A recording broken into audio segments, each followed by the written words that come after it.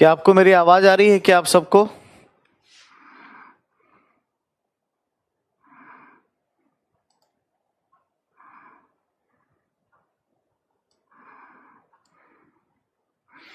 क्या आप सबको आवाज आ रही है? मेरी आवाज आ रही है? सौरभ, शिवम, क्या आप लोगों को आवाज आ रही है? अगर आप मुझे सुन पा रहे हो तो आप बताओ। अविनाश, शिवम, अरविंद, आवाज आ रही है? सचिन, प्रणाम प्रणाम। आज कुछ वो टेक्निकल प्रॉब्लम थी, कुछ शायद सेटिंग वेटिंग में कुछ चेंज हुआ था, इस वजह से थोड़ा लेट हुआ है ना। कुछ टेक्निकल प्रॉब्लम के वजह से अभी लगातार इंटरेक्शन हो ही रहा था हमारा, इस वजह से प्रॉब्लम हुई है और आपसे आपका क्लास इसीलिए देर हुआ। अभी आवाज आ रही है? गुड मॉर्निंग किशन,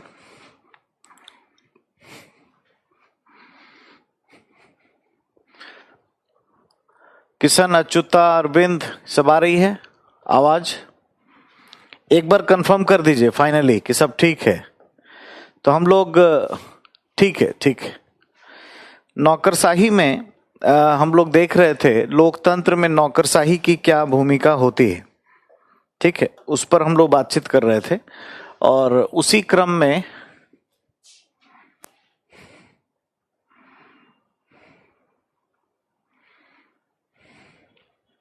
ठीक है, उसी क्रम में हम लोगों ने ये देखा है कि जब तक भारत की जो नौकरशाही है उसको हम लोग नहीं बनाएंगे, रिप्रेजेंटेटिव ब्यूरोक्रेसी जब तक नहीं हम बनाएंगे तब तक वो ठीक से काम नहीं कर सकती है, ठीक है। सही से नहीं चल रहा है क्या? ठीक तरीके से नहीं चल पा रहा है क्या? कई लोग कह रहे हैं ठीक से नहीं चल रहा है। एक बार अपने रिफ्रेश करिए आप लोग।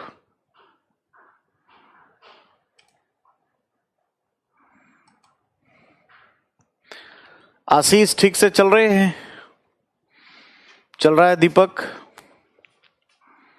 चलिए, कुछ स्ट्रीमिंग की में कुछ प्रॉब्लम थी, टेक्निकली कुछ समस्या थी, इस वजह से डिले हुआ है ना। अभी आ रही है आवाज? आ रही है?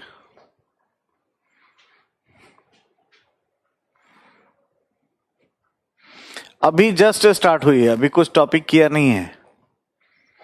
ठीक है दीपक, ठीक है, ठीक है,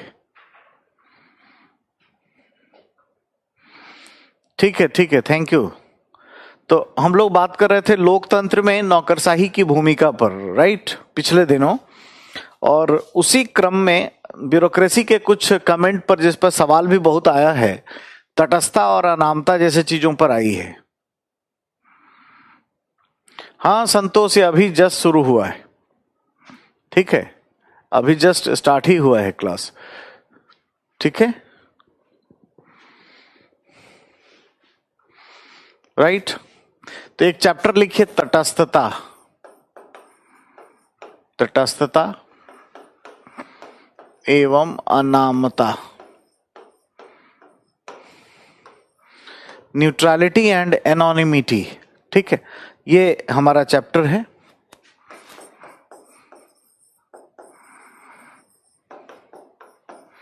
न्यूट्रलिटी एंड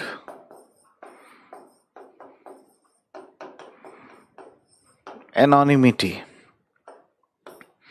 और अगर आप क्वेश्चन देखोगे तो क्लास बंद हो गया, बंद हो गया क्या क्लास? बाकी लोगों का चल रहा है? अनुराग कह रहे हैं कि क्लास बंद हो गया है। और लोगों को आवाज आ रही है?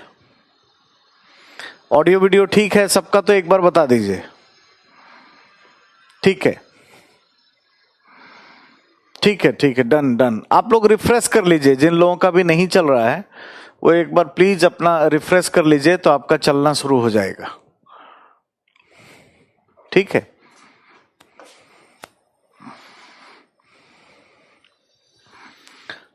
तटस्थता और अनामता।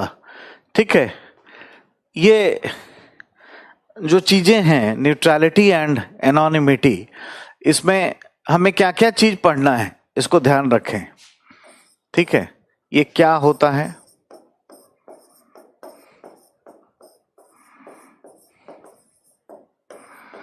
ठीक है।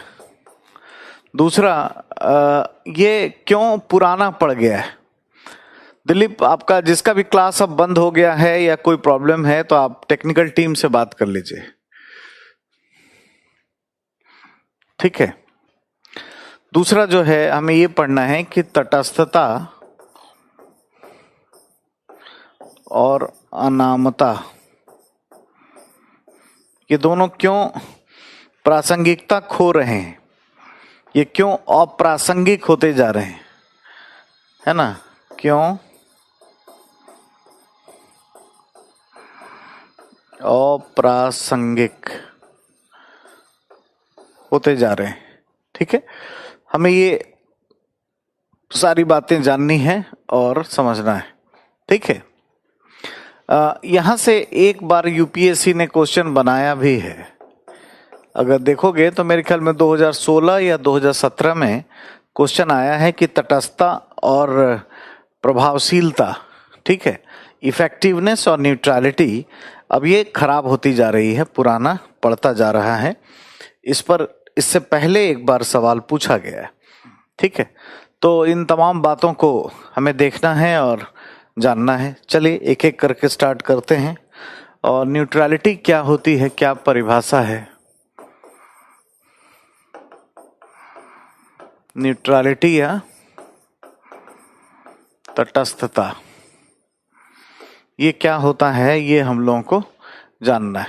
ठीक है, और इसकी परिभाषा क्या है। देखिए, राजनीतिक तटस्थता का मतलब होता है, तटस्थता का मतलब राजनीतिक तटस्थता से होता है। हाँ, आशीष बता रहे हैं कि 2016 में आया हुआ है, बिल्कुल सही बात है। ठीक है, और ये जो न्यूट्रलिटी है इसका सेंस है पॉलिटिकल न्यूट्रलिटी से, और इसकी परिभाषा में हम ये कह सकते हैं कि किसी भी लोक सेवक को सरकार के प्रति प्रतिबद्ध होना चाहिए और राजनीतिक दल की नीतियों के प्रति उसे जो है तटस्थ होना चाहिए। ठीक है, किसी लोक सेवक को किसी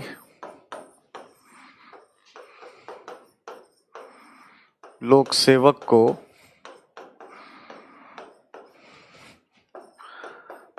राजनीतिक दल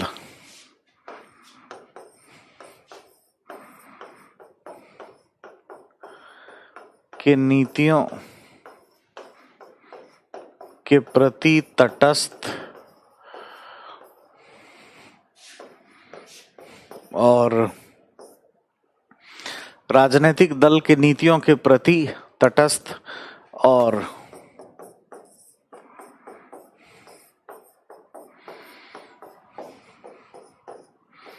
सरकारी नीतियों के प्रति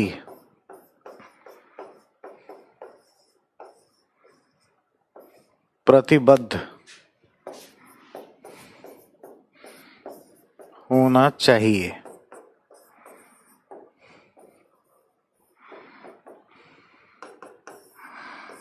ठीक है, तो पॉलिटिकल पार्टी चाहे कोई भी हो, उसकी पॉलिटिकल आइडियोलॉजी चाहे किसी भी तरह की हो, उससे तटस्थ होकर के काम करने वाला जो है स्पिरिट होना चाहिए। ये सब हम लोग बात इसमें करते हैं तटस्थता में। तटस्थता क्यों रखी गई, इसका क्या बैकग्राउंड है, इस बात को हमें समझना है और फिर ये जानना है कि तटस्थता आज क्यों पुरानी पड़ गई है, क्यों ऐसा हम करते हैं इसको। ठीक है, चलिए देखते हैं इसमें तटस्थता की आवश्यकता क्यों है। तटस्थता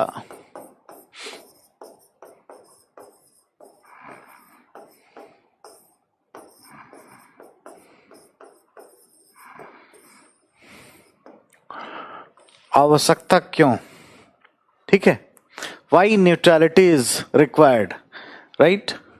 तो सबसे पहले कि भेदभावहीनता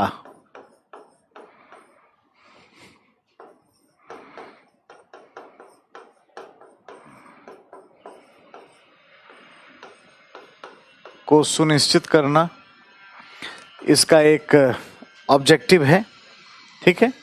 और ये भी ऑब्जेक्टिव है कि कोई भी व्यक्ति में पॉलिटिकल एटीट्यूड किसी भी तरह का हो, राजनीतिक अभिवृत्ति उसकी कैसी भी हो, ऐसे व्यक्ति को, है ना, उसके राजनीतिक अभिवृत्ति से अलग करते हुए उसे क्या किया जाए, उसे मौके दिए जाए।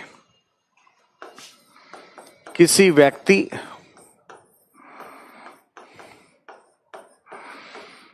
के राजनीतिक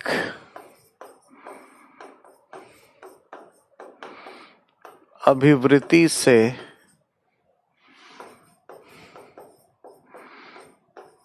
अलग होकर उसे अनिवार्य सेवा प्रस्तुत की जाए, अनिवार्य सेवा प्रस्तुत की जाए, ये भी जरूरी है ना। तटस्थता इसलिए हुई क्योंकि अंग्रेज यहाँ पर क्या थे, ब्रिटिश विरासत यहाँ था और उसमें यूरोपियन लोग होते थे, ठीक है। और वो ये चाहते थे कि एग्जैक्टली जो भी है ना, ब्यूरोक्रेट्स को हम तटस्थ रखें, हम क्या कर रहे हैं क्या नहीं कर रहे हैं। इस वजह से ये किया गया। ब्रिटिश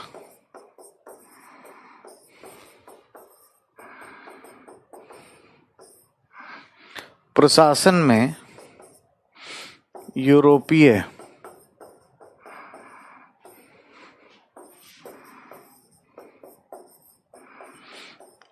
अधिकारी प्रशासक होते थे। उन्हें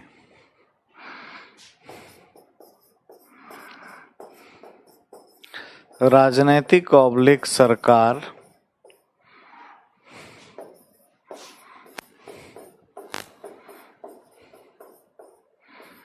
की नीतियों से तटस्थ होना चाहिए।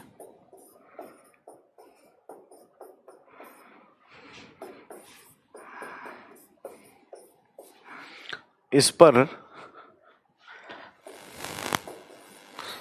बल दिया जाता था।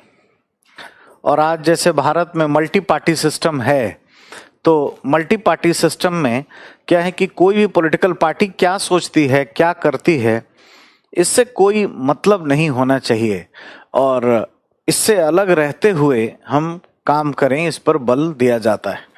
मल्टी पार्टी सिस्टम में या बहुल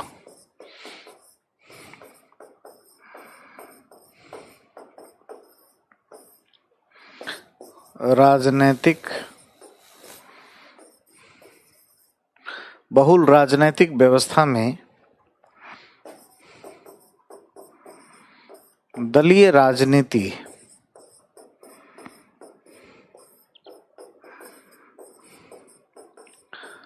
से अलग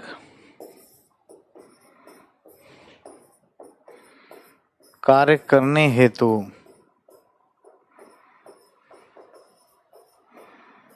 तटस्थता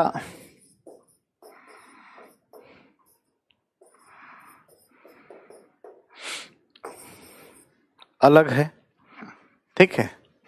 तो तटस्थता जो है इन तमाम चीजों के लिए की गई थी और बहुत ही एक जाने माने प्रिंसिपल्स के रूप में लोकतंत्र में इसको लिया गया कि तटस्थता के बिना जो है हम अच्छे तरीके से काम नहीं कर सकते हैं, और principles of neutrality is adequate and required for the proper civil services और execution of the public policies, ठीक है। ये पहले से सोच करके चला गया, ठीक है। अब ये क्यों खराब हुई, तटस्थता से संबंधित चुनौती क्या है, समस्या क्या है, इस बात को हमें जानना है ना। तटस्थता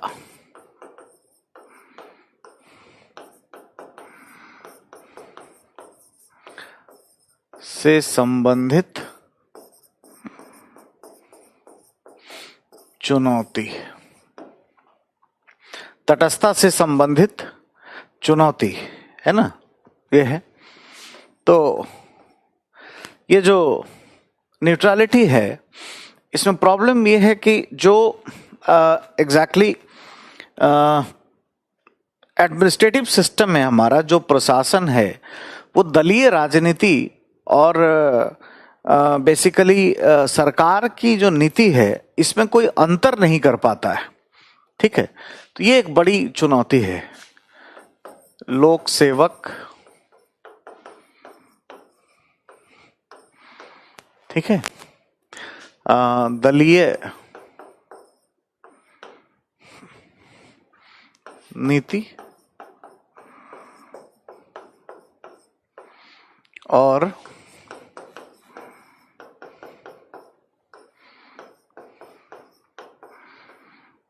दलीय नीति और सरकारी नीति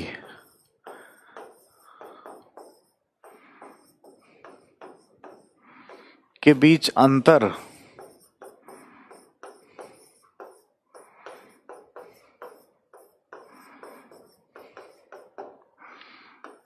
नहीं कर पाते हैं। ठीक है, जो पॉलिटिकल पार्टी की जो नीति है और जो सरकार की नीति है, उसमें डिफरेंसेस नहीं कर पाते, है ना, ये अंतर नहीं हो पाता। क्यों ऐसा है? क्योंकि आप अल्टीमेटली देखिए, जो भी, जैसे आज भारतीय जनता पार्टी सरकार में है, जैसे बीजेपी लेड गवर्नमेंट है, बीजेपी, और ये है भारत सरकार, तो कायदे से भारतीय जनता पार्टी की जो सोच है, वही सोच आज क्या है, भारत सरकार की हो गई है। कोई इसमें बड़ी बात नहीं है। जैसे 370 का हटना, राष्ट्रवादी अप्रोच का लेना, नेशनल इंटीग्रेशन पर बल देना, ठीक है, ये तमाम चीजें भारतीय जनता पार्टी के कोर में रहा है। तो यही चीज आज सभी क्या है, भारत सरकार के भी कोर में आ गई है। या इसके पहले अगर आप देखें तो जब यूपीए गवर्नमेंट थी, है ना, जब कांग्रेस लेड गवर्नमेंट बनाई गई थी, तो उन दिनों क्या हुआ था कि भाई जैसे मनरेगा हो गया, रोजगार गारंटी या ग्रामीण अवसंरचना को मजबूत बनाना, ये सारी बातें इनके टारगेट में हुआ करती थी। तो यही सब चीज क्या है, सरकार पे भी नजर आती थी, यही दिखाई देती थी। तो कायदे से ये जो हमने लिखा है कि ये दलीय नीति है ना, ये जो दलीय नीति है और फाइनली ये जो सरकारी नीति है ना, इसमें बहुत अंतर नहीं होता है। अंतर कर पाना एग्जैक्टली मुश्किल होता है। सुनीता, अभी आपको लग रहा है कि लाइव नहीं है क्या? आवाज आ रही है मेरी? अभी भी आप लोग कमेंट लिख रहे हो कि लाइव आई है। Already I am live now, है ना। क्या आपको ऑडियो वीडियो आ रही है आप सबको, कि अभी भी प्रॉब्लम है? एक बार अपने टेक्निकल टीम से बात करिए, ठीक है। आशीष का तो ठीक चल रहा है, ये लिख रहे हैं ऑल गुड। आज हमारे कोई है नहीं, मैं 1 मिनट रुकिए, मैं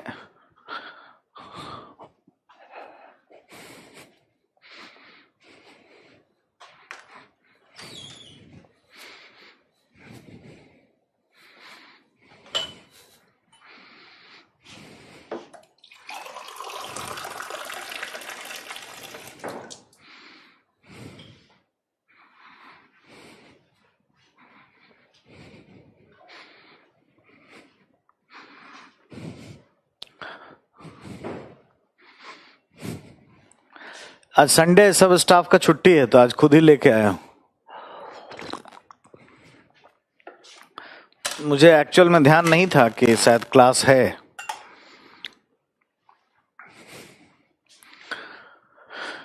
ठीक है सचिन, मैं समझ गया।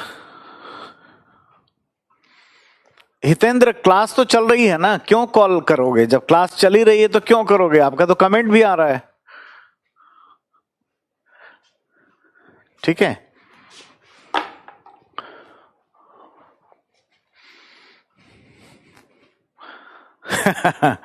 अच्छा, कोई नहीं, हो सकता है कि आज कुछ प्रॉब्लम हो। अब तकनीक है तो कभी तो दर्द भी देगा, परेशानी भी कभी कभी हो जाता है, कोई बात नहीं, आप लोग कर लीजिए, सुधार लीजिए, ठीक है। चलो,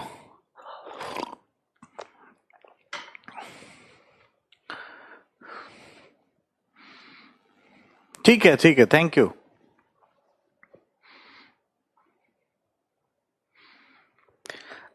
देखो, मेंस के लिए किसी ने पूछा आदित्य कि आपके क्लास में, क्लास जो करा रहा हूं मेंस का, गवर्नेंस का, पूरा तरीके से क्वेश्चन आपका मिलेगा, पूरे तरीके से जो टॉपिक हुआ है आपको मिला होगा।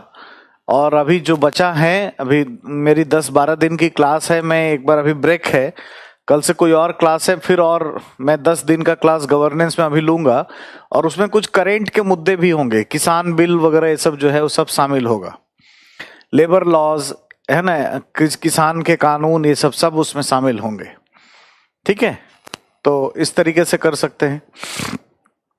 तो मैं आपको ये कह रहा था कि जो सरकार की नीति है और जो पॉलिटिकल पार्टी की नीति है, ये दोनों में डिफरेंस, अंतर नहीं हो पाता है, क्योंकि फाइनली ये एक ही होती है, एक जैसी होती है, ठीक है।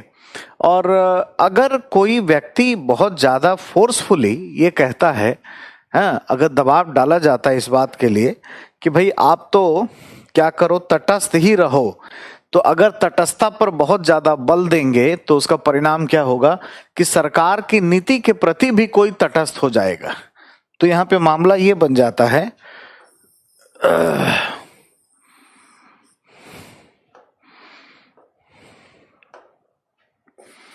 है ना, यदि तटस्थता पर अधिक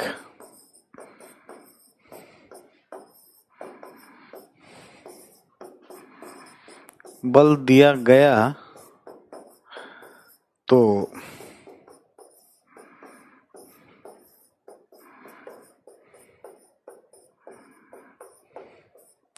सरकार की नीतियों के प्रति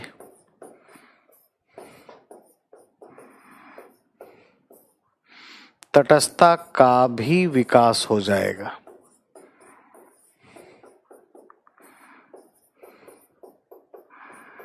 जो अच्छा नहीं है, सरकार की नीतियों के प्रति क्या होनी चाहिए, प्रतिबद्धता होनी चाहिए, ठीक है। अगर परिभाषा में जाएं तो हमने यहाँ ये बता रखा है इसकी परिभाषा को कि किसी लोक सेवक को राजनीतिक दल के नीतियों से तटस्थ और सरकार की नीतियों के प्रति प्रतिबद्ध होना चाहिए। तो ये प्रतिबद्धता खराब होती है, इसलिए ये बुरा माना जाता है कि भाई ये अच्छा चीज नहीं है, और कहीं ना कहीं इससे दूरी बनाने की जरूरत है, क्योंकि सरकार की नीति से तटस्थ होगा तो गरीबों से तटस्थ हो जाएगा, ये संविधान से भी तटस्थ हो जाएगा, ये अपने आप में कहीं से भी उचित नहीं है, और ऐसा किया जाना कहीं से भी हम हितकर नहीं कह सकते, अच्छा नहीं कह सकते। एक तो ये बड़ी चुनौती इसकी है। दूसरी चुनौती इसमें बच्चों ये है कि यदि किसी देश में एक ही पॉलिटिकल पार्टी की सरकार लंबे समय से होगी तो न्यूट्रलिटी का कोई अर्थ नहीं रह जाता है, ठीक है। एग्जैक्टली ये ध्यान रखने लायक है।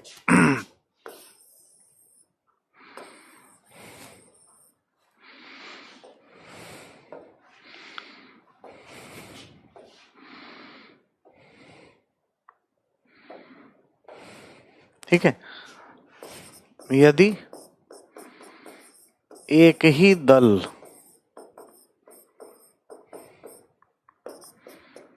की सरकार दीर्घ काल तक होगी तो तटस्थता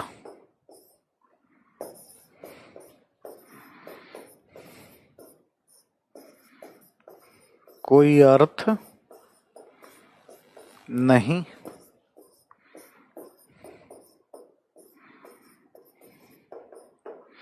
रह जाता है ना। जैसे भारत में अगर देखें और एग्जैक्टली हम ये देखें कि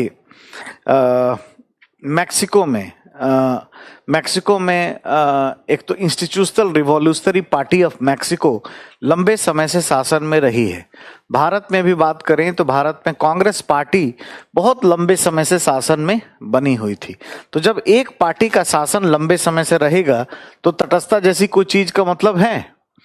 तटस्थता तो तब होगी जब मल्टी पार्टी सिस्टम हो, पार्टी पॉलिटिक्स चेंज होता रहे और कोई भी पॉलिटिकल पार्टी आए और जाए, प्रशासक जो है उससे तटस्थ रह के काम करेगी। और चूंकि आप जानते हैं कि ये जो सरकार की जो पॉलिटिकल पार्टी की जो नीति होती है, चाहे बीजेपी हो या कांग्रेस, फाइनली सरकार की नीति भी वही हो जाती है।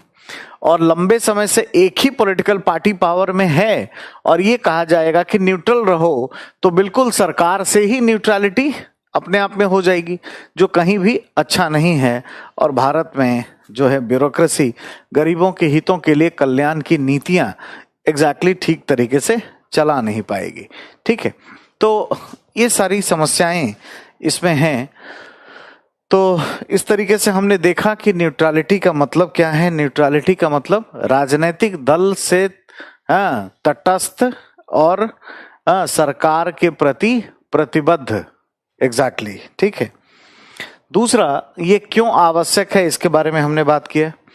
इसकी चुनौती क्या है, तो ये दो बड़ी चुनौती हैं। दैट्स वाई आज हम ऐसा कहते हैं कि the days of neutrality has gone, है ना। तटस्थता का जो सिद्धांत है ये भूतकाल का चीज बनकर रह गया है।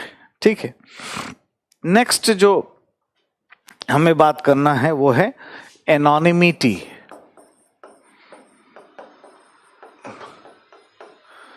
एनोनिमिटी या अनामता। अनामता क्या होता है, पहले तो ये हमें जानना है व्हाट इज एनोनिमिटी। ठीक है, इसकी परिभाषा को हम कैसे देखेंगे। ठीक है,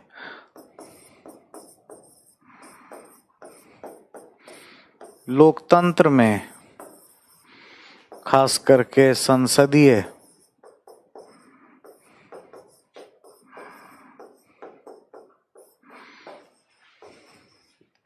लोकतंत्र में, है ना, मंत्रीय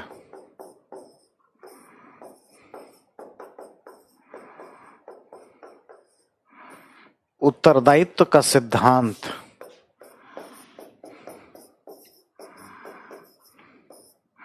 मंत्रीय उत्तरदायित्व का सिद्धांत महत्वपूर्ण होता है। महत्वपूर्ण होता है और किसी मंत्रालय ऑब्लिक विभाग, किसी मंत्रालय ऑब्लिक विभाग के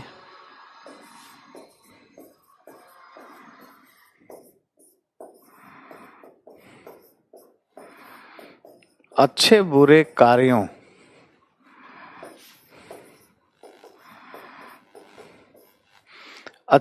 कार्यों के लिए मंत्री उत्तरदायी होता है। मंत्री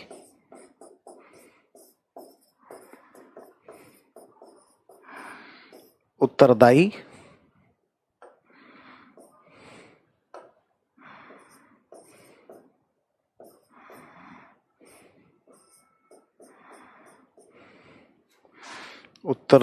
होता है।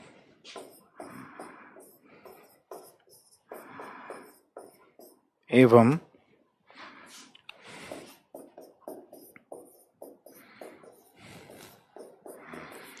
सिविल सेवकों को जनता एवं मीडिया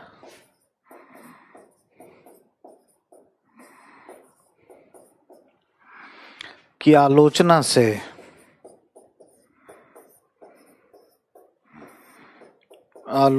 से बचाकर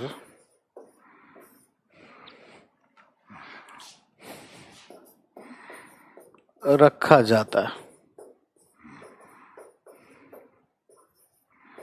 ठीक है, तो अनामता क्या है? बेसिकली पर्दे के पीछे एग्जैक्टली रखने की बात होती है ना। और पर्दे के पीछे हम ब्यूरोक्रेट्स को छुपा करके बचा करके रखते हैं।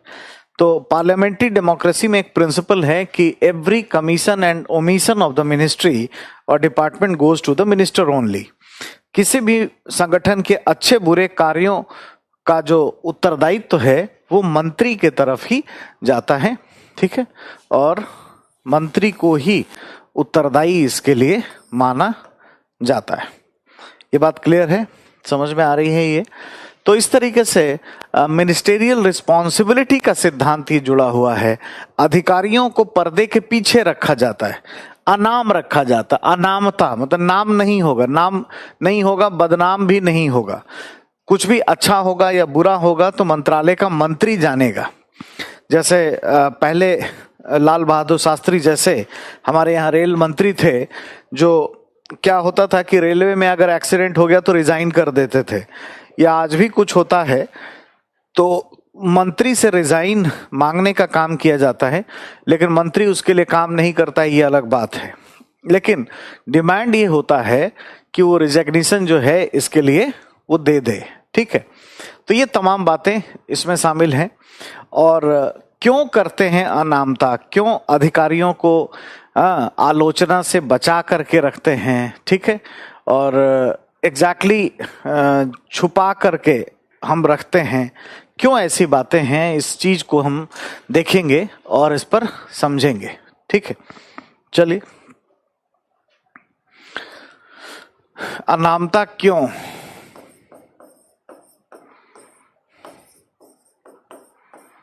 अनामता क्यों लाया गया, ठीक है, अनामता का सिद्धांत क्यों जरूरी है? तो एक तो ये ब्रिटिश लिगेसी है।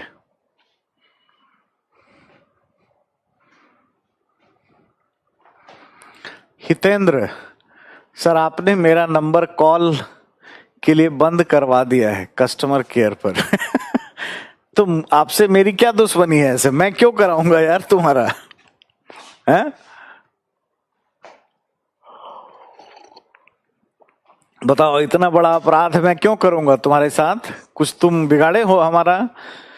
ऐसा नहीं होगा, इस तरीके से नहीं लिखते हैं, ठीक है। अब बात कर लो। सर का चली थे क्लास।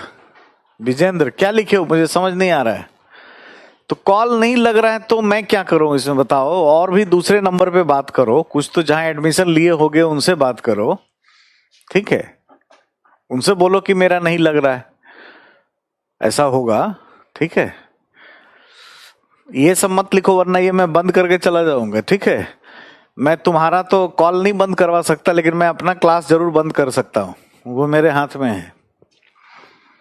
अनामता क्यों होती चाहिए, ठीक है। सबसे पहले ये जानना है कि ब्रिटिश लिगेसी एग्जैक्टली जो है वो होनी चाहिए।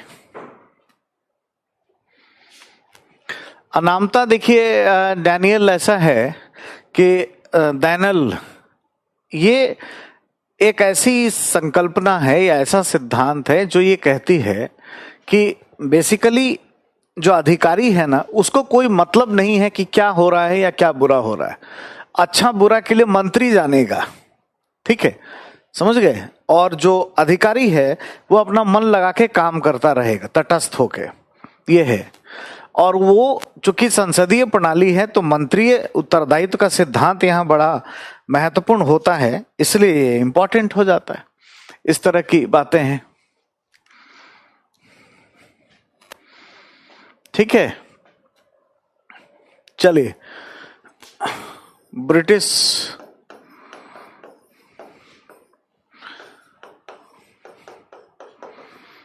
प्रशासन में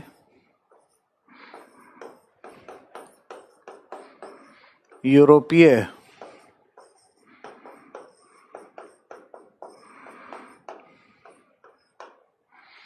अधिकारियों को, ब्रिटिश प्रशासन में यूरोपीय अधिकारियों को, ठीक है, जनता और प्रेस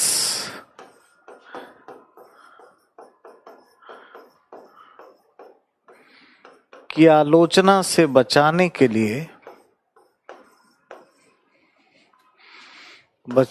लिए इसे लागू किया गया था। ठीक है, लागू किया गया था, है ना। तो एग्जैक्टली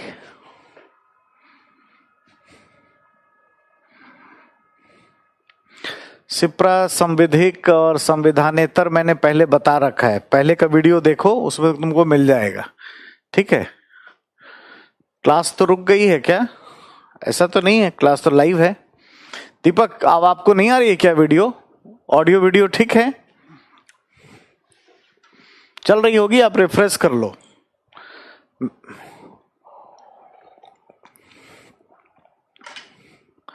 ठीक है, तो देखो अंग्रेजों ने जो है बच्चों, ये जानो कि उन्होंने सब इसको क्या है, ठीक है, थैंक यू, एग्जैक्टली जो है अंग्रेजों ने बच्चों इस तरीके से रखा है कि ये जो सिस्टम है इसको तोड़ मरोड़ करके उन्होंने लागू किया। क्योंकि यूरोपीय लोग होते थे, उनको भारत में कोई कल्याण वल्याण तो करना नहीं था, वो कल्याण से तो प्रभावित होते नहीं थे। तो जो भी आलोचनाएं होंगी वो भारतीय मंत्रियों की हों, है ना, यूरोपीय अंग्रेजों का या गोरों का ना हो। इसके लिए क्या है, वो ऐसा सिस्टम लागू किए कि भाई हम एनोनिमिटी का सिद्धांत लेकर के चलते हैं सिविल सेवा में, और इसका ये परिणाम हुआ कि अनामता का सिद्धांत बहुत अच्छे तरीके से इसमें लागू हो गया। ठीक है, दूसरा ये विषय है कि उन्होंने तो बुरे नियत से इसको लागू किया था, बट भारत में आज की जो सिविल सेवा है यहां इसको ठीक तरीके से लागू किया गया।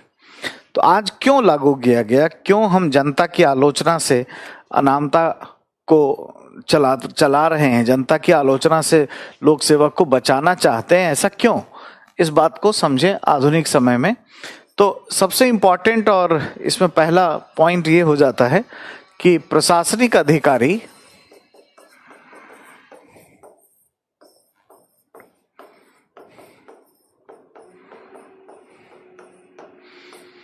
प्रशासनिक अधिकारियों को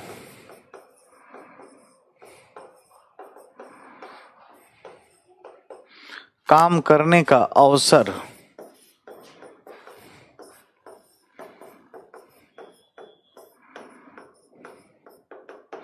मिलता रहे। ये बिना किसी भेदभाव के लोगों के प्रॉब्लम से, अच्छे बुरे चीजों से, विचारधाराओं से अलूफ होकर के, गुमनाम रह करके काम करें, आलोचना से इसे बचाया जा सके।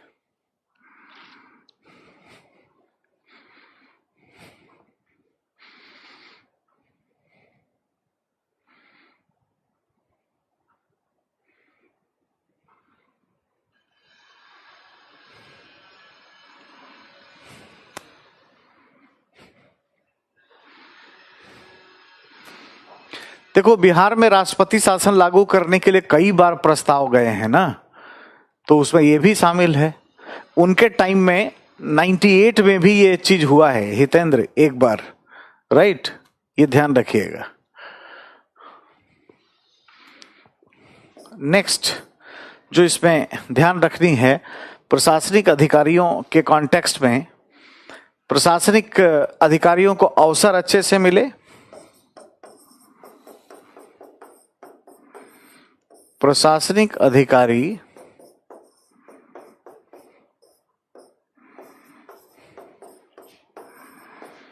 यदि बाहरी आलोचना से बचेंगे,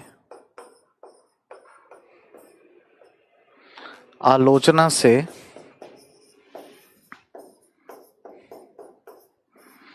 बचेंगे तो बाहरी आलोचना से बचेंगे तो अपने कार्य पर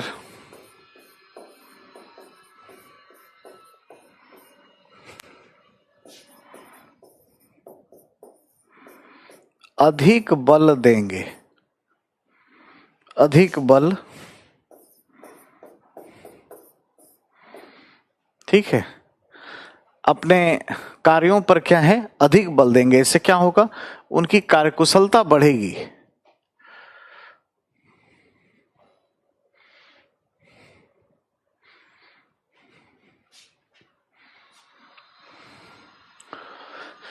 सर अगर गवर्नमेंट चेंज होती है, क्या कमेंट है, गवर्नमेंट चेंज होती रहेगी तो ब्यूरोक्रेट्स तटस्थ होकर कैसे कार्य करेंगे। सब गवर्नमेंट के विजन तो अलग अलग होते, बिल्कुल रहेंगे तटस्थ, है ना, क्योंकि उनको क्या है, आलोचना से भी तो बचाता है ना। ये क्या है, मंत्री एक तरीके से आलोचना लेने के लिए आगे जा रहा है, तो मंत्री जब आगे बढ़ेगा ना तो क्या होगा, हमें एक तरीके से लाभ पहुंचेगा, ठीक है, ब्यूरोक्रेट्स को मौके मिल जाएंगे, ठीक है। एक तरीके का ये जो गिफ्ट है, अनामता गिफ्ट है, एक तरीके से उपहार है। बड़ा अच्छा सा सवाल अभय ने पूछा है।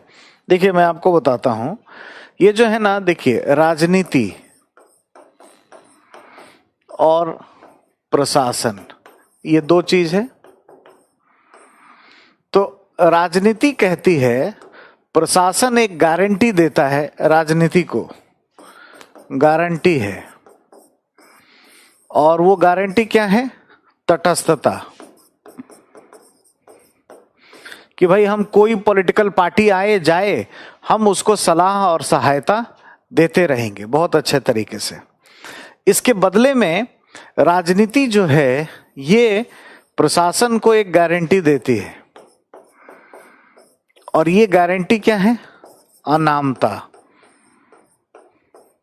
ठीक है, एनोनिमिटी। और मंत्री ये कहता है कि भाई आप काम अच्छे से करो, जनता की आलोचना की चिंता मत करो, वो हम देखेंगे, ठीक है। और एग्जैक्टली मंत्री जो है वो आगे आकर के जनता की समस्याओं को देखने के लिए काम करने लगता है। तो anonymity is a gift, it's a gift from politics to the administration, right. तो ये दोनों के आपस के संबंध हैं। जो आपने सवाल पूछा कि क्यों करेंगे लोग, तो अनामता की वजह से करेंगे। तभी तो चैप्टर का नाम है ना, तटस्थता और अनामता। तो मैं ये कह रहा था कि बाहरी आलोचना से जब बचेंगे तो कायदे से क्या होगा, कार्यकुशलता बढ़ेगी, इससे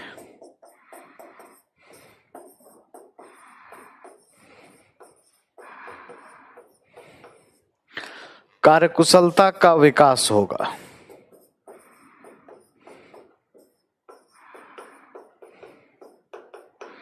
ठीक है, तो इफिशियंसी को बढ़ाने के लिए एनोनिमिटी जो है ये बहुत जरूरी है, ठीक है।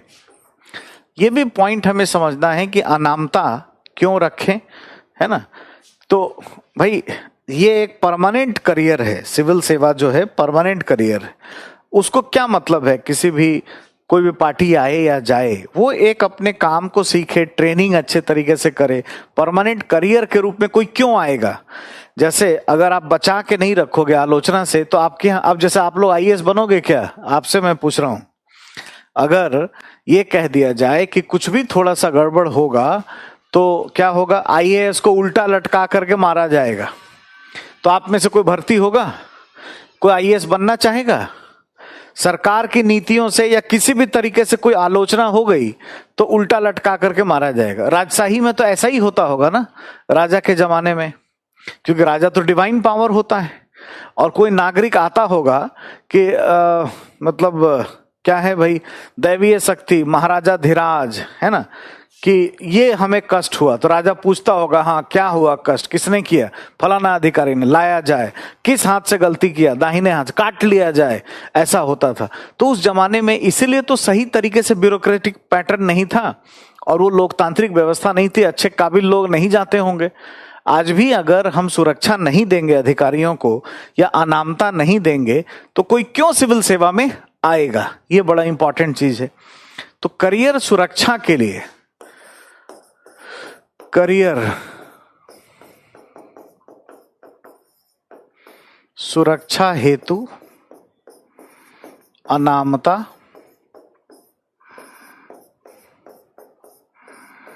जरूरी मानी जाती है। ये भी एक महत्वपूर्ण पहलू है। अभी हम लोग देख रहे हैं कि ये क्यों रिक्वायर्ड है, क्यों जरूरी है। ठीक है, अनामता इसलिए भी जरूरी है क्योंकि संसदीय प्रणाली में मंत्रीय उत्तरदायित्व का सिद्धांत बहुत ही प्रोमिनेंट और डोमिनेंट होता है। ठीक है, क्योंकि संसदीय प्रणाली में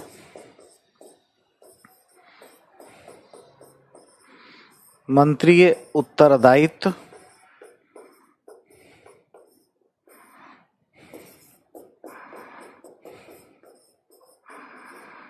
का सिद्धांत जो है वो जरूरी होता है, इंपॉर्टेंट है। तो चूंकि ये मंत्रीय उत्तरदायित्व के सिद्धांत से जुड़ा हुआ है, तो जैसे मिनिस्ट्रियल रिस्पॉन्सिबिलिटी बढ़ेगी, एनोनिमिटी अपने आप चली आएगी। ठीक है, तो हमने अब तक दो बातें देखी अनामता के संदर्भ में। अनामता क्या होती है? अनामता का मतलब कि कोई भी लोक सेवक है ना, वो पब्लिक और प्रेस की आलोचना से बच करके ठीक तरीके से मन लगा करके काम करेगा, और कुछ भी अच्छा बुरा होगा तो मंत्री उत्तरदायी होगा, है ना। उत्तरदायित्व तो कभी भी सौंपा नहीं जाएगा ब्यूरोक्रेट्स के ऊपर में। ठीक है, ये बात है। आज भी देखिए किसान का ही फ्रस्ट्रेशन है, तो देखिए मोदी गवर्नमेंट को लोग कह रहे हैं, प्रधानमंत्री जी को, वो भी एक मंत्री हैं, उनको ही आलोचना हो रही है, कृषि मंत्री की आलोचना होगी। ठीक है, प्रशासनिक अधिकारी का तो कोई हाय हाय का नारा नहीं लगाया जा रहा है। तो क्या संसदीय प्रणाली है, मंत्रीय उत्तरदायित्व का सिद्धांत इंपॉर्टेंट है। ठीक है,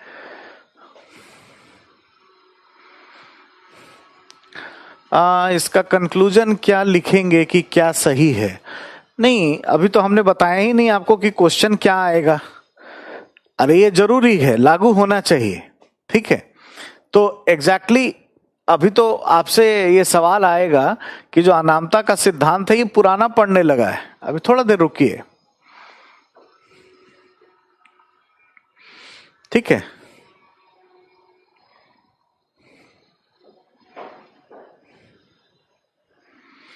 हमें अब बात करना है कि अनामता का सिद्धांत जो है क्या प्रॉब्लम कर रहा है, या इससे संबंधित चुनौतियां क्या हैं, या क्यों ये पुराना पड़ गया है, इसकी कमियां अब सामने आने लगी हैं।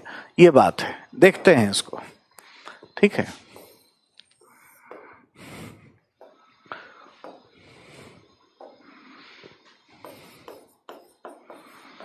अनामता के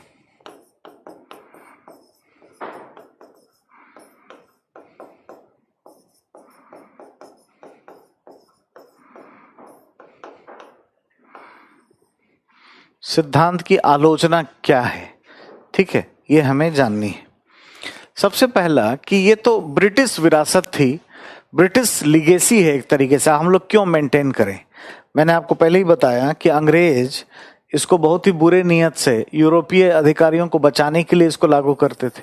आज हम इसको क्यों करें?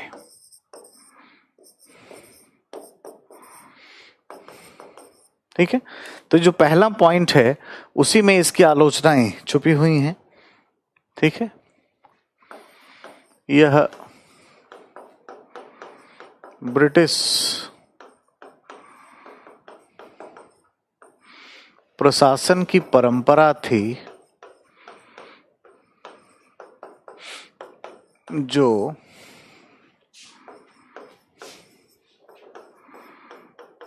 अब पुराना पड़ गया है।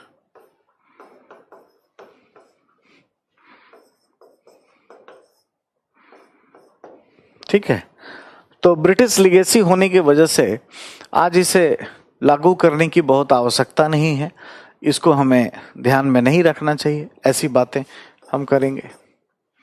दूसरी चीज ये है कि ये जो प्रिंसिपल्स ऑफ एनोनिमिटी है, अनामता का जो सिद्धांत है, इससे क्या है, अधिकारी गण बड़े बेरुख हो गए और उनमें जो है उत्तरदायित्वहीनता का भाव आने लगा।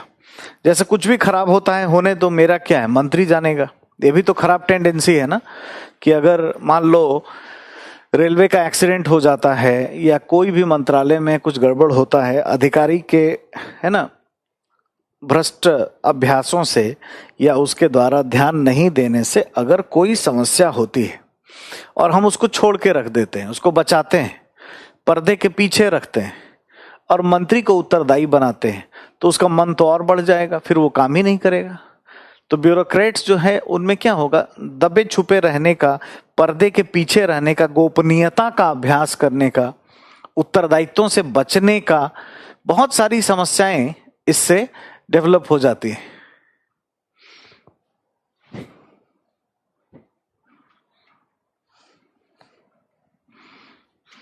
पढ़ते समय डाउट पूछना गलत है क्या? किसने कहा आपको कि गलत है? पूछो, क्या दिक्कत है? मैंने तो सारा, मेरे सामने कमेंट चल रहा है, मैं तो मैक्सिमम लोगों को बताता ही हूं। किसी किसी का छूट जाता है कमेंट, कभी ध्यान नहीं गया, कभी तो ऐसा होता है तो दोबारा से पूछ लो, ठीक है। दूसरी बात जो ध्यान देनी चाहिए, है ना, वर्थफुल कमेंट पूछो, काम का सवाल पूछोगे तो अच्छा रहेगा, ठीक है, ये बात होता है, ठीक है।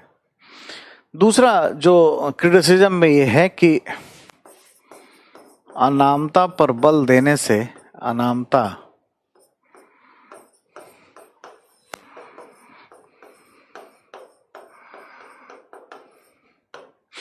है ना, अनामता पर बल देने से अधिकारियों में उत्तरदायित्वहीनता का विकास हुआ है।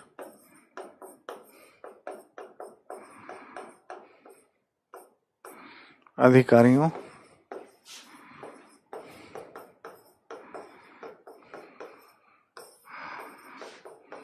उत्तरदायित्वहीनता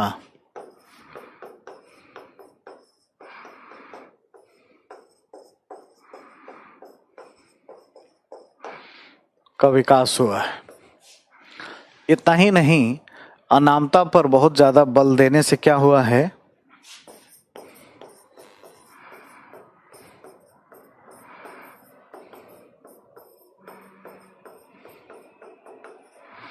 अनामता पर बल देने से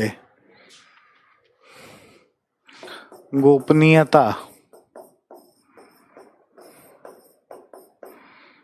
की संस्कृति बढ़ी है ना। सीक्रेसी जो है वो एग्जैक्टली वो काफी इससे बढ़ गया है, ठीक है। इतना ही नहीं, अगर हम न्यूट्रलिटी पे काम करते हैं, सॉरी एनोनिमिटी पे काम करते हैं, तो ये जो है आज के गुड गवर्नेंस से विरोध करता है।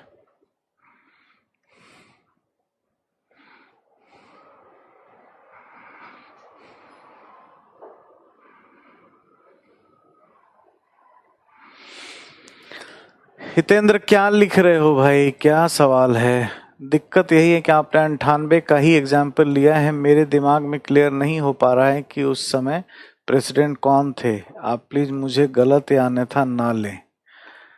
अरे हितेंद्र, 98 में कौन था? अरे 1997 से लेकर के, है ना, 2002 तक, 2002 तक एग्जैक्टली कौन थे? के आर नारायणन, ठीक है। 2002 से 7 जो है वो अब्दुल कलाम थे 2002 के बाद, और 7 से 12 में प्रतिभा देवी सिंह पाटिल थी, ठीक है, ये बात है। और आप क्लास नहीं किए हो इससे यही पता चलता है, क्योंकि मैंने तो प्रेसिडेंट के साथ जो है लिखा हुआ भी था ईयर, है ना। बात समझ में आया? हमने तो शुरू से ही पहले राष्ट्रपति से लेकर के अब तक के राष्ट्रपतियों का कार्यकाल भी लिखा था कि किस कार्यकाल में कौन थे, नहीं थे। तुम लोग देखते ही नहीं हो वो सब, और छोटी छोटी चीजों में ऐसे ही फंसे रहते हो। एक बार देख लो ना उस क्लास को अच्छे से, तो उस समय क्लियर हो जाएगा। आप लोगों को क्या वीडियो दोबारा से देखने का अलाउ नहीं है क्या? हाँ देखिए, दैनल बता रहे हैं कि सेकंड क्लास 103 मिनट में है इसका आंसर। बहुत अच्छा, थैंक यू। तो हितेंद्र, आप सेकंड क्लास को देखिए, 103वें मिनट को देखना, ठीक है।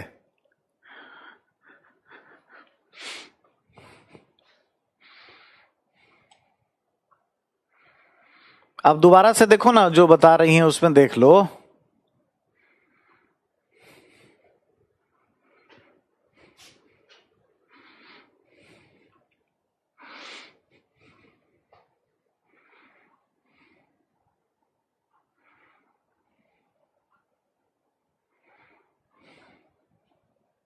अच्छा, 5 बार देख सकते हैं, तो देख लीजिएगा, वहां पे वो दिया हुआ मिल जाएगा, ठीक है। तो हम लोग बात कर रहे हैं अनामता की, ठीक है। और देखा हमने कि एक तो ब्रिटिश विरासत है, तो उसको गलत नीयत से उन लोगों ने शुरू किया था, तो इसको कंटिन्यू करने की जरूरत नहीं है। इससे एक गोपनीयता की संस्कृति आती है, अधिकारियों में उत्तरदायित्वहीनता बढ़ती है। नेक्स्ट जो है यह सुशासन, गुड गवर्नेंस, सुशासन से मेल नहीं खाता, नहीं खाता है ना, क्योंकि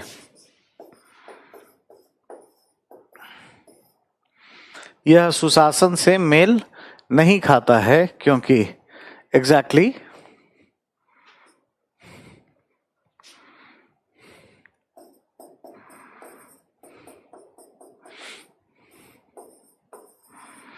सुशासन में पारदर्शिता एवं उत्तरदायित्व, पारदर्शिता एवं उत्तरदायित्व पर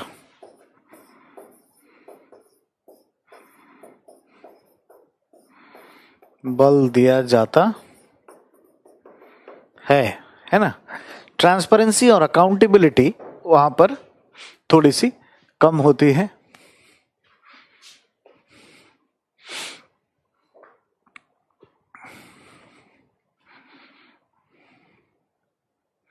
हाँ बिल्कुल सही बात है आशीष, एनोनिमिटी में ऑफिसर्स बिल्कुल लेजी हो जाएंगे, काम नहीं करेंगे, उससे बचेंगे, कार्यकुशलता पर भी बुरा असर पड़ता है, वो जोखिम नहीं लेते हैं, रिस्क नहीं लेते हैं, लक्ष्य प्राप्ति के लिए, ये तमाम बातें इसमें शामिल हैं, ठीक है।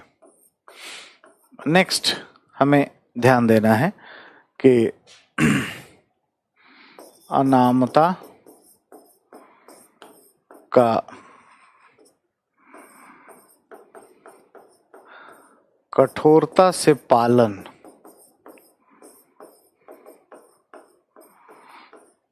अनामता का कठोरता से पालन करने पर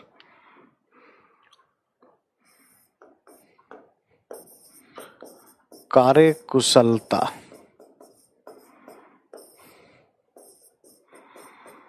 दुष्प्रभावित होती है,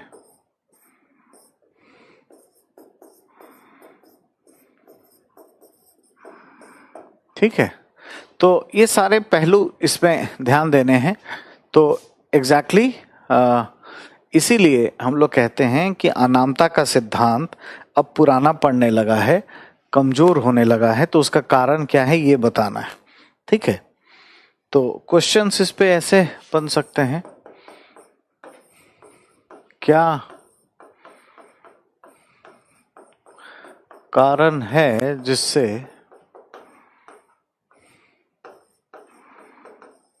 तटस्थता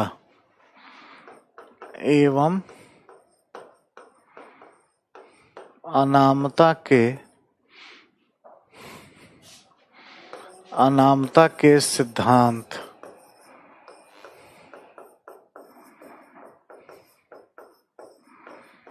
की आलोचना होने लगी है,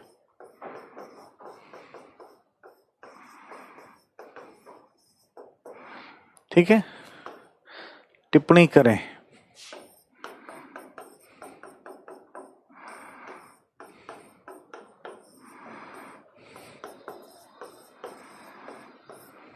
ठीक है। तो एक बार यूपीएससी ने भी पूछा है कि तटस्थता का सिद्धांत जो है वो क्यों पूरा कमजोर होने लगा है, पुराना पड़ने लगा है। अनामता पर अभी तक सवाल नहीं आया है, एनोनिमिटी पर नहीं आया है, तो ये आ सकता है, ये ध्यान रखिएगा। तटस्थता पर ऑलरेडी पूछ चुकी है यूपीएससी, ठीक है। अनामता पर चूंकि नहीं पूछा है इसलिए अलग से उस पर और हम तैयारी करके रखें। एक और क्वेश्चंस मैं आपको देता हूं इसके लिए, ठीक है। अनामता का सिद्धांत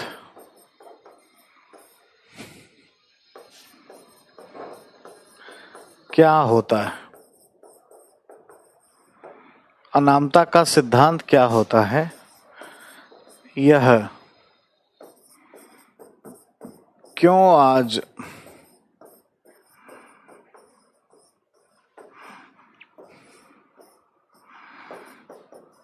आधुनिक समय में, क्यों आज आधुनिक समय में पुराना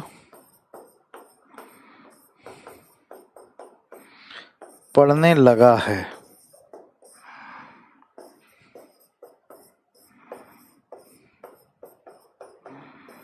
चर्चा करें।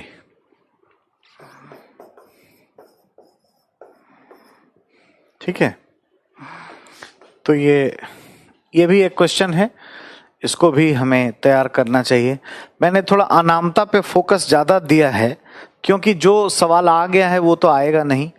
तटस्थता पर सवाल पूछा गया था, हमने आपको बता दिया, ठीक है, वो अपने आप में इम्पोर्टेंट है।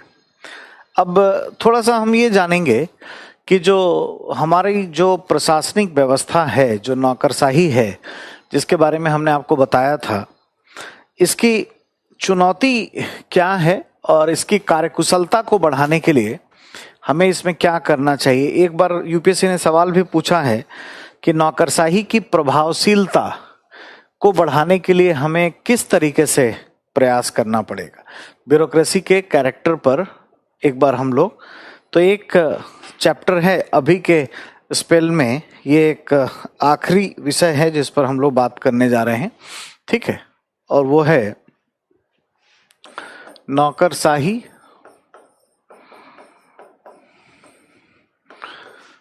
इसकी चुनौती और प्रभावशीलता का विकास। ये कैसे करेंगे, ठीक है। तो हमने देखा कि कायदे से ये क्या होता है।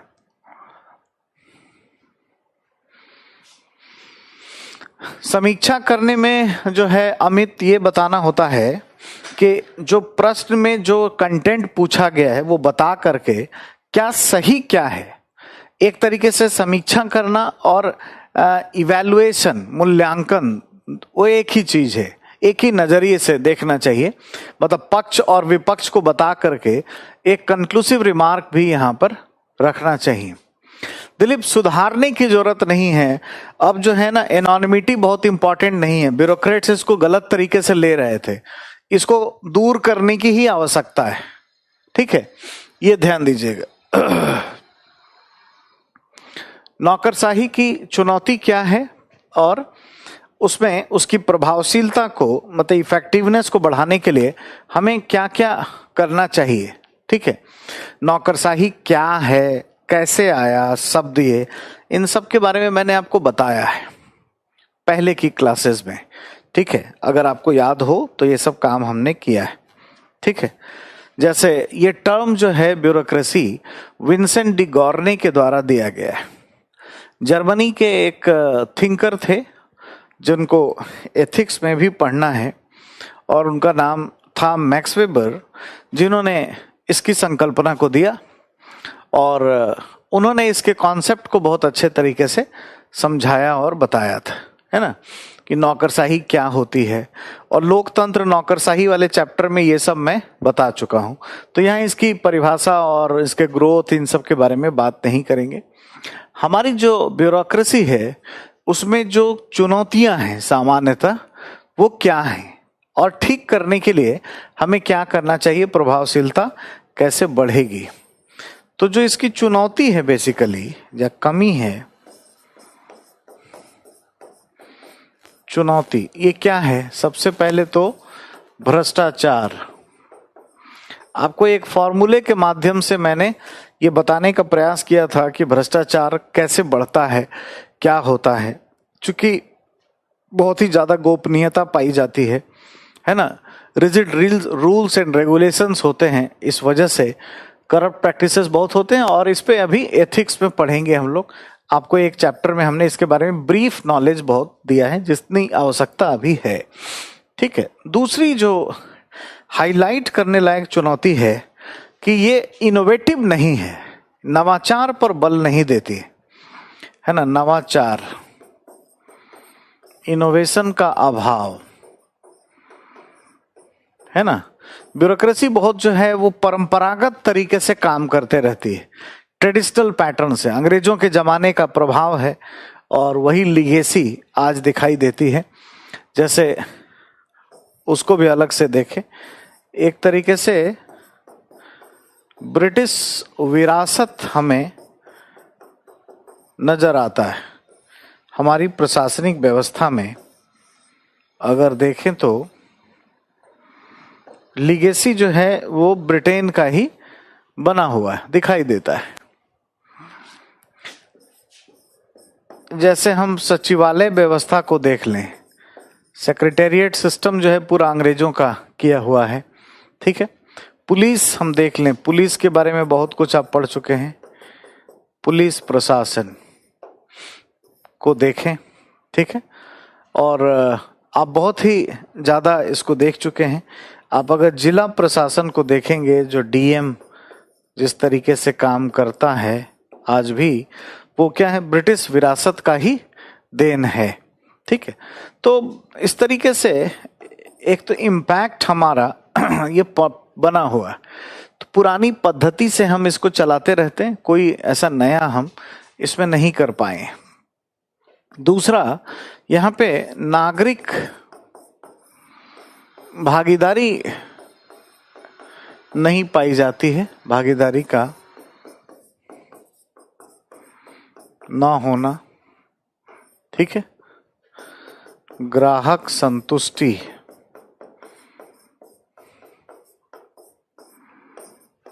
पर बल ना देना। ठीक है, तो क्या है कि कस्टमर सेटिस्फैक्शन पे हम काम नहीं करते हैं, वस्तुओं और सेवाओं की आपूर्ति करने में ये नौकरशाही ग्राहकों के हित के लिए कोई बहुत अच्छा कार्य नहीं करती। ठीक है, इतना ही नहीं, ब्यूरोक्रेसी ये जो है ये बहुत ही ज्यादा पुराने चीजों को बनाए रखती है, स्टेटस को मेंटेन करती है ना। हम कहते हैं जिसको स्टेटस को मेंटेन रखती है, यानी परिवर्तन को पसंद नहीं करती, परिवर्तन विरोधी है। कुछ भी आप सुधार करने के लिए आगे बढ़ोगे, ब्यूरोक्रेसी हर्डल करेगी कि जो पहले चल रहा था वैसे ही होना चाहिए, उसी तरह की बातें यहाँ पर होंगी। और इसकी जो चुनौती है, इसमें लगातार हम ये सब देखेंगे कि कायदे से जो ब्यूरोक्रेसी है, वो उसमें एक चीज जो कि भ्रष्टाचार में छुपा हुआ है, चूंकि उसको हाईलाइट करना जरूरी है, ये बहुत ही ज्यादा क्या है, गोपनीयता की संस्कृति पर चलती है। तो ये सारी चुनौती है ये नौकरशाही की, और नौकरशाही की कमियों के रूप में हमें ये देखने को मिलता है। सुधारने के लिए क्या करना चाहिए, कैसे हम प्रभावशीलता को बढ़ा पाएंगे, है ना।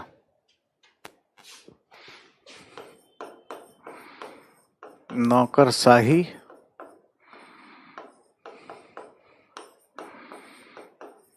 की प्रभावशीलता, इफेक्टिवनेस।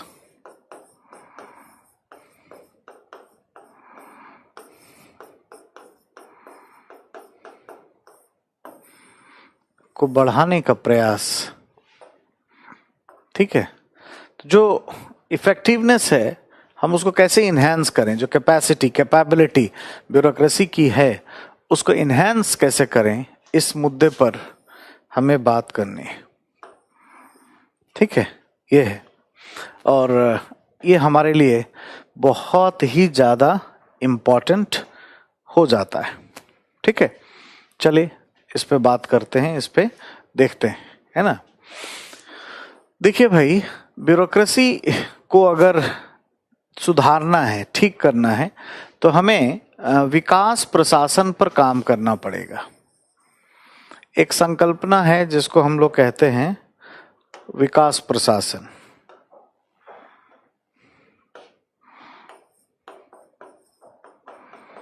विकास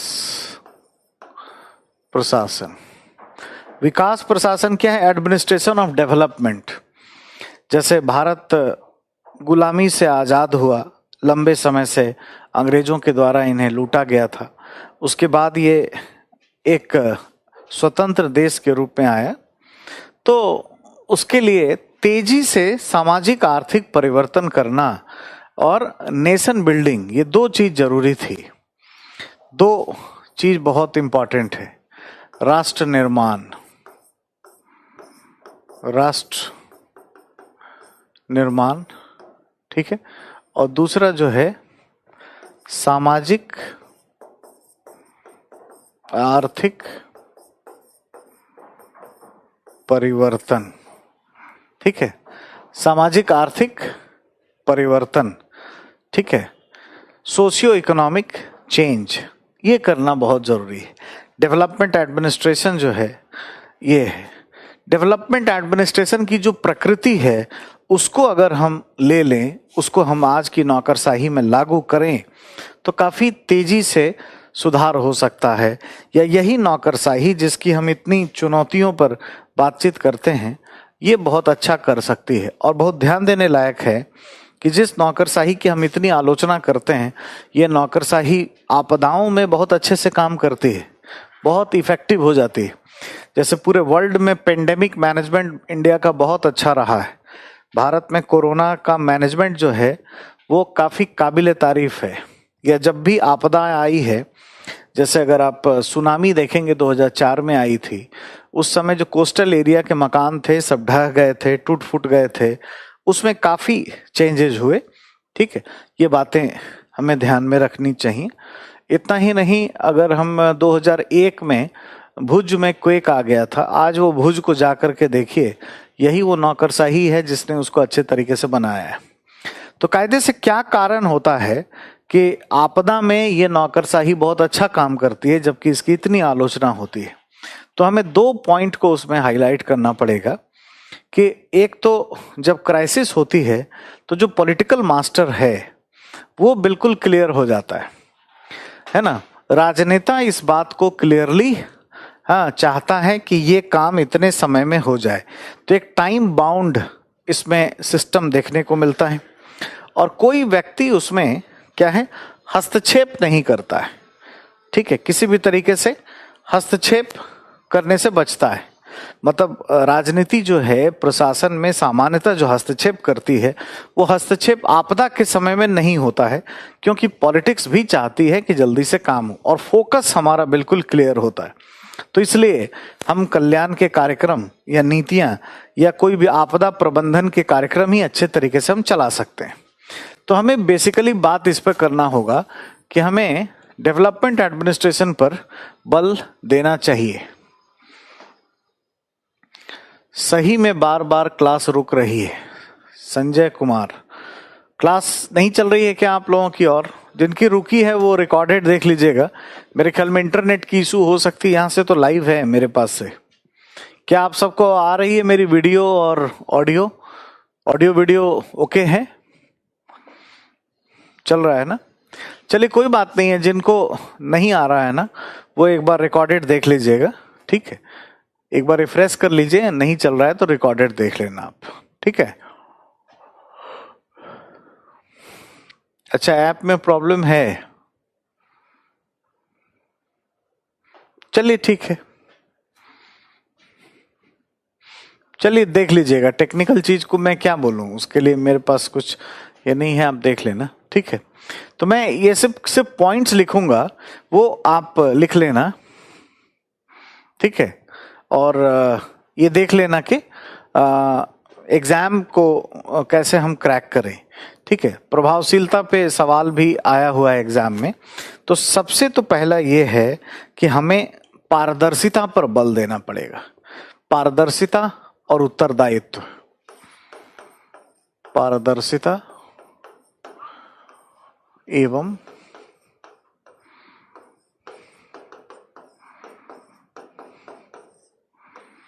उत्तरदायित्व, ये आप देख लीजिए, ठीक है। दूसरा, पारदर्शिता एवं उत्तरदायित्व पर बल देना होगा, ठीक है। दूसरा ये कि हमें नवाचार, इनोवेशन पर बल देना होगा। इनोवेटिव तरीके से काम करें जैसे आज हो रहा है, और इनोवेशन के लिए जरूरी है कि हम मार्केट फोर्सेस को अपने साथ रखें। बाजार की भूमिका, बाजार की भूमिका पर बल दें। आज हमने आपको शुरू में ही बताया है कि minimum government and maximum governance का प्रोसेस चल रहा है ऑलरेडी। तो बाजार में क्या है, क्वालिटी है, वो थोड़े इनोवेटिव तरीके से काम करते हैं, ये सारी चीजें यहाँ शामिल हैं। दूसरा, हमें कुछ अत्याधुनिक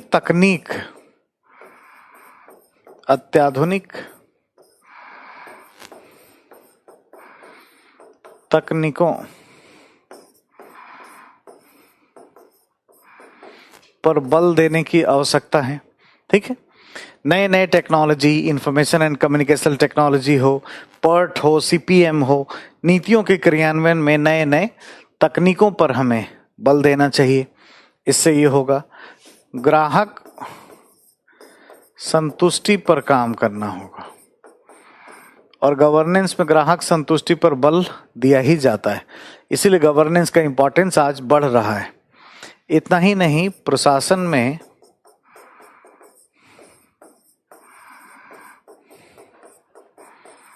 नागरिक भागीदारी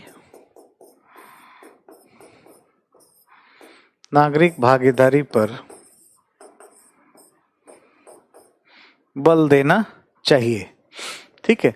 देखो क्वेश्चन यही सब इसी तरह का खूब आया है। क्वेश्चन देखोगे तो ये धन विधेयक, लोक विधेयक, फलाना संविधान, ये वो, कोई प्रावधान पर सवाल नहीं आया है। ज्यादातर सवाल जो है एनालिटिकल है। अगर नहीं ध्यान दोगे तो यूं ही चला जाएगा, समझो कि पढ़े भी और पेपर 2 में कुछ भी लिखने नहीं आएगा, ठीक है। तो थोड़ा सा इस पर ख्याल जरूर रखना है इस बात का। तो क्लाइंट ओरिएंटेशन, इतना ही नहीं, नीतियों को समयबद्ध तरीके से क्रियान्वित करने के लिए एक टेम्पोरल डायमेंशन पर बल दिया गया है ना। एग्जैक्टली ये ध्यान देने की जरूरत है।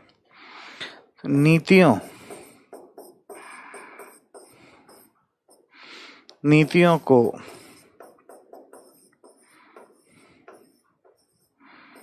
समयबद्ध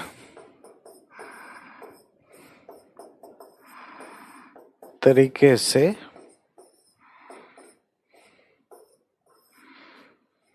क्रियान्वित करना है ना। एक साल के अंदर, एक फाइनेंशियल ईयर के अंदर नीतियों का क्रियान्वयन हो जाए, ये हमारे लिए बहुत जरूरी है, तभी जाकर के होगा। इतना ही नहीं, जब भी हम नीतियों का क्रियान्वयन करते हैं तो मार्केट फोर्सेस के साथ, जैसे बाजार की भूमिका हम लिए हैं, ऐसे हमें सिविल समाज की भूमिका को भी या एनजीओ की भूमिका को भी लेना चाहिए।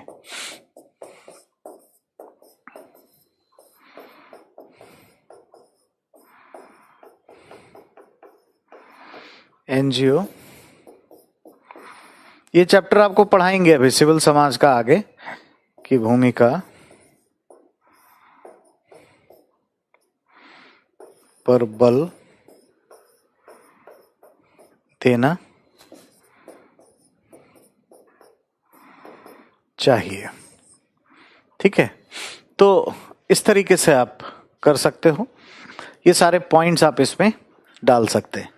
तो आपसे सवाल पूछा जा सकता है कि प्रशासन में जो कमी है या जो चुनौती है वो क्या क्या है और उसको ठीक करने के लिए हम किन बिंदुओं पर बल दे सकते हैं। तो ये सारे पॉइंट्स हमें उठा करके यहाँ डालना चाहिए और नौकरशाही की प्रभावशीलता को, इफेक्टिवनेस को या कार्यकुशलता को, इफिशियंसी को बढ़ाने के लिए हमें क्या करना चाहिए।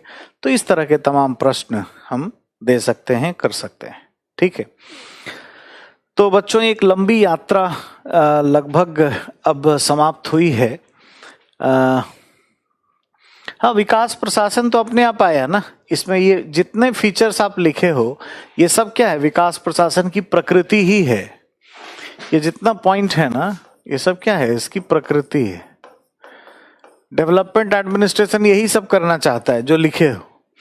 ठीक है, तो जो लोग भी लोक प्रशासन ऑप्शनल के हैं उनको थोड़ा ज्यादा ये सब जो है अंडरस्टैंड करने को यहाँ पर मिलता है अच्छे तरीके से, है ना, ये बात है।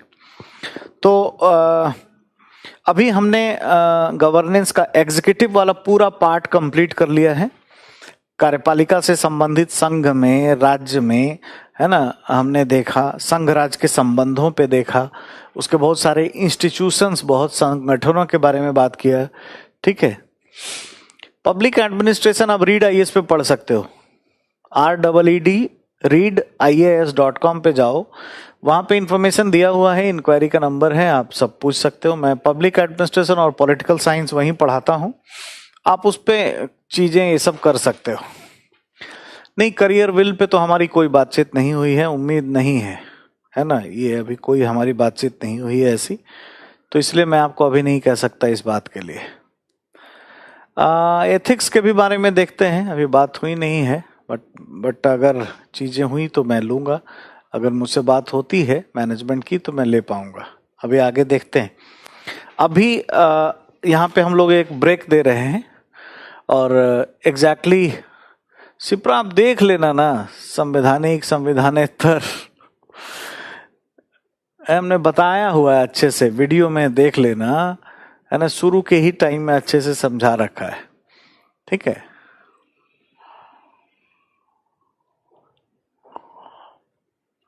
अब अगर क्लास होगी एथिक्स की तो मैं लूंगा, तो नहीं लक्ष्मीकांत पढ़ने की जरूरत नहीं है,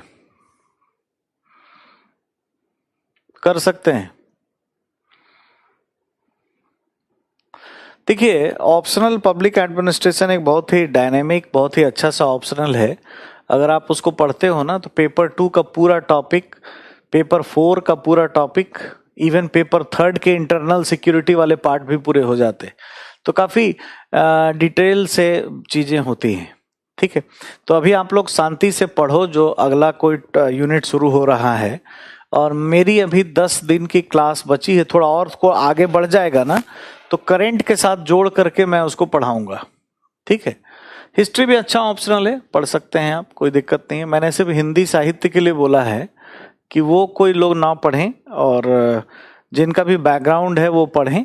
हिंदी में अगर लिखते हैं, क्रिएटिविटी है, कुछ ऐसा करने का अंदर से आता है तो रखें, अदरवाइज देखा देखी में हिंदी ना रखें, वरना काम खराब हो रहा है। ठीक है, हाँ कर सकते हो, कर सकते हो। आप पहले ही ज्वाइन कर लो दैनल, आप पहले ही ज्वाइन कर लो, जो भी आपको फाइनेंशियल जो चीजें, आप एक बार इंक्वायरी पे बात कर लो।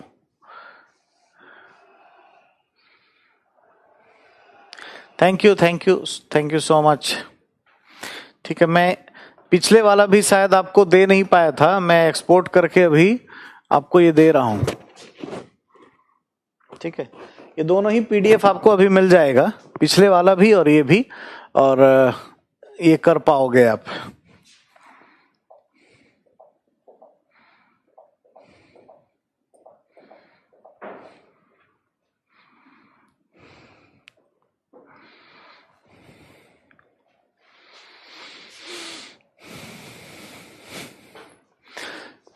लिटरेचर लेकर के ही हिंदी मीडियम का इतना काम खराब हुआ है, ये ध्यान रखो।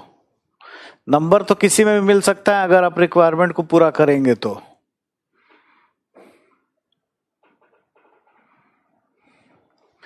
अच्छा, आज की पहली स्लाइड चाहिए आपको? पहली स्लाइड जो है वो ये थी न्यूट्रलिटी और एनोनिमिटी की। 4 महीने में कर सकते हो, पब्लिक एड 4 महीने में कर सकते हो तैयार। ठीक है,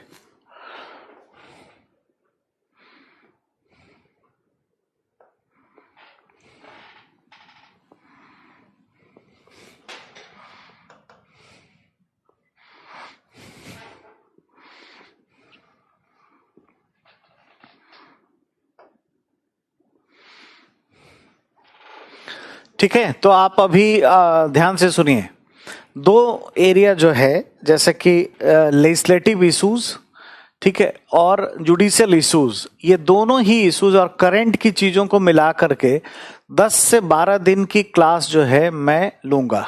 ठीक है, तो नहीं, डिस्ट्रिक्ट एडमिनिस्ट्रेशन यहाँ नहीं पढ़ना है, वरना मैं पढ़ाता।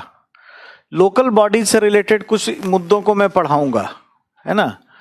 मैं जानता हूं कि आपका वो नहीं हुआ है, संविधान पढ़ने से वो पूरा नहीं होता है। स्थानीय जो मुद्दे हैं वहां पे कुछ गवर्नेंस के नए नए चीजें हैं, वो करंट के साथ में आपको कराऊंगा। ठीक है, ये ध्यान रखिएगा। तो करंट के अकॉर्डिंग हम वहां पर चीजें करेंगे। चलिए, बहुत अच्छा रहा, हमने थोड़ा डांटा भी आपको, लेकिन हमारी कोई भावना नेगेटिव नहीं है। हमारे सारे विद्यार्थियों को बहुत बहुत शुभकामनाएं, है ना। दिल से आप सबको मैं आशीर्वाद देता हूं कि आप सफल होंगे। आपके जितने एंडीवर हैं, है ना, लाइफ में जो भी इच्छाएं हैं वो सभी पूरी होंगी। आप खूब मेहनत से पढ़िए, ठीक है। और नेक्स्ट जो जब बनेगा शेड्यूल, उसमें 10 से 12 दिन मैंने आपको बताया, तो आप इसके लिए टेंशन मत लेना। 10 से 12 दिन की क्लास आपकी गवर्नेंस की अभी है, जो करंट के साथ भी होगी, इसलिए मैं ही बोला हूं, इसलिए वो रोकी जा रही है अभी। और आप अभी जो टॉपिक कल से होगा उसको अच्छे तरीके से पढ़िए, ठीक है। चलिए, थैंक यू।